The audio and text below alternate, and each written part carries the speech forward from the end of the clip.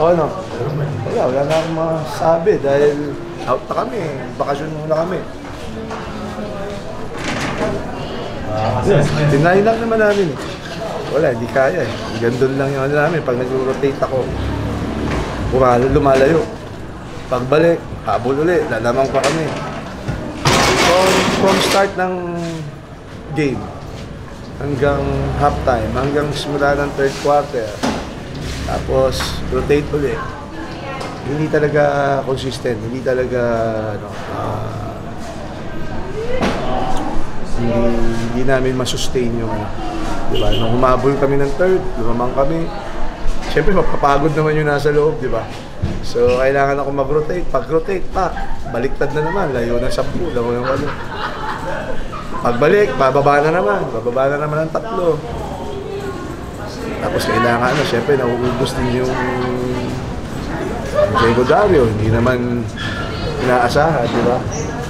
So, siyempre mapagod din yun, bata lang yun, rookie lang yun. Kaya lang yung rotation ko, yung pumapasok, hindi nila yung effort nandun, pero hindi madala eh. Hindi madala. So, tingnan natin. Uy, magsalita, nag-iingat ako eh. Assessment saan? For the conference. Ano yung assess ko? Out na kami. Diba? Siguro sa akin lang, hindi ko kasi nakita. Kasi isang tune-up lang nga kami, diba? Tapos laban na kami. Kung nakapaghanda lang yung team na mas mahaba-haba, siguro mga, let's say, 6 games, 7 games, o kahit na ano, katulad nung nagpe-pera ko noon, nakaano kami, parang 12 game, 13, bago kami nag-start ng third conference. Nakita ko yung kayang ibigay ng mga players, kung hanggang saan lang. Yung veterano dyan, yung bago dyan. No? Eh, syempre, nawalan ako ng 3. Syempre, iaakit ko yung ipapalit ko. Tama. So, binigyan ko ng chance yung mga yon, pero hindi nila nagampanan yung role. Ganun yan eh. Pag may nawala sa'yo, sino ipapalit ko, halili ko. Sige, bigyan kita ng chance dyan. From the start ng All Filipino, kung titignan ninyo, may pa-isa-isa akong pinapalitan dun sa una ko, sa core, no? Para at least maging fair naman ako dun sa iba. Pag nakita ko, hindi mo inalagaan yung posisyon mo, baba ka, umuha ko naman to. Diba? Hindi mo inalagaan, ito na naman. So, sa game ko kasi makikita yun eh, hindi naman sa ensayo eh. Diba? Sa game. Diba? So, kung naglalaro kasi naglalaro, makikita ko. Sana, nung magsisimula All Filipino, alam ko na, ito pa lang si ganito, pwede kahit bata pa. Diba? Diba? Gusto kong mahinog si Trotter kahit na medyo minsan nawawala. Sige, nabang kita dyan para pagdating ng next conference, kasaka na.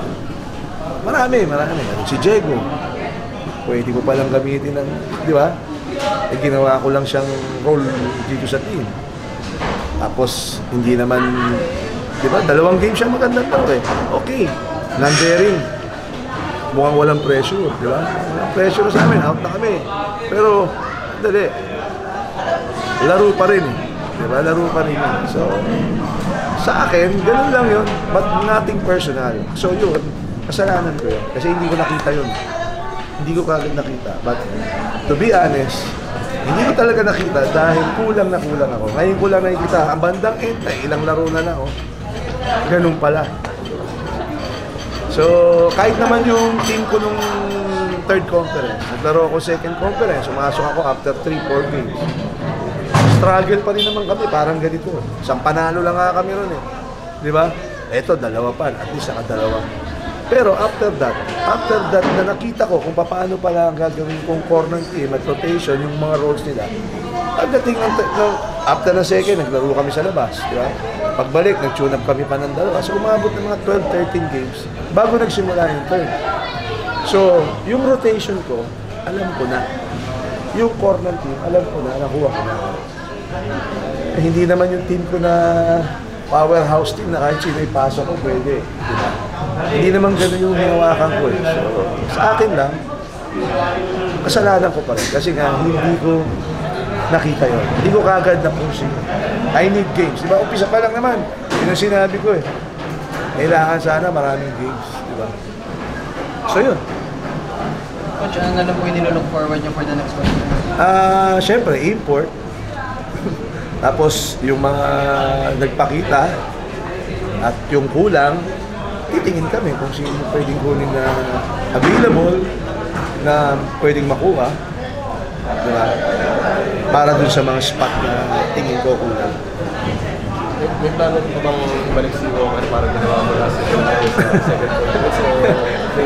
Hindi.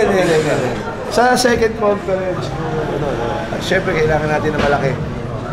Sa malaki ka muna. Pag nakita mo medyo tagil di parang tingin natin kung sino kukunin natin sa third conference.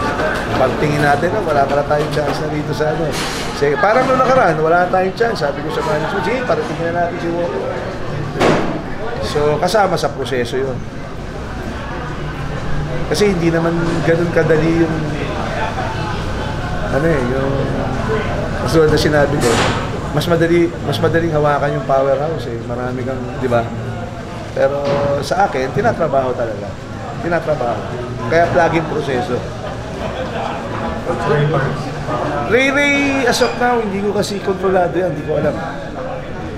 No comment ako kasi wala pa naman sinasabi ko. Alam ko, after ABL, dito yan. Tingin mo ba mag-iiba kung mag-smart? Sa tingin ko, mag-iiba ng konti. Nung nakapito sa conference siguro mag-iiba pa rin. Mag-iiba ng konti. Kasi syempre, medyo ma-upbeat yung ibang player na meron kaming dagdag na ano pa. Pero syempre, hindi guaranteed yun. Kung ang mangyayari, yung ibang mga inaasahan ko, ganyan pa rin. Kahit na maganda laro ni Ray, pag nilabas ko yung grupo nung pagpasok, pabagsak na naman kami. Ganun din, di ba? So, hindi guaranteed yun. Hindi guaranteed na pag nandiyan si Ray. Makakatulong. Maaaring mag-iba. Maaaring mag-iba ng positive o mas lalong lumubog. Di ba? Mahirap naman maging manghuhula. Coach, wala kayong balak sa outside of the country? Siyempre kung ako tatanungin mo, gusto ko. Di ba? Pero siyempre, management pa rin ang decision niya. Hindi ko kontrolado. Kasi ano bang balik nila? Ha? Anong Tinanong ko lang sila, bakasyon muna kayo, hintayin nyo. Siguro after a week, may message na may announcement kailan tayo mag-start ulit. Nakakausapin ko rin isa-isa yan. Hindi ko rin to tell them kung ano yung kulang sa kanila.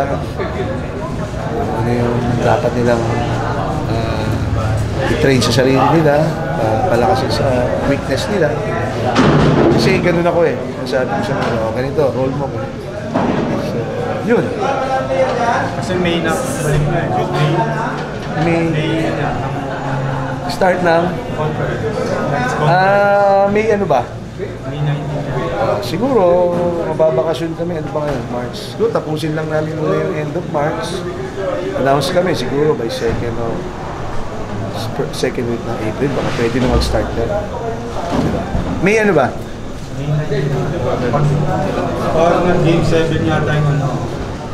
Oo, urong yung konti. Hindi, May 17. 19 pag na-extend yun. Start. Yun. Si Alusini naman, next conference, walang problema. As of now, wala naman siyang problema. Mukhang hindi ko lang alam kung ano inaayos niya. Alam ko inaayos siya. Pero inisan tabi nila niya. Diba? So sabi ko dapat mo pag ginawa yan. Yung ginagawa. Nalipat tayo. Diba? Yun. Gabi na tayo. Malayo pa tayo. Okay. Thank you, brother. See you.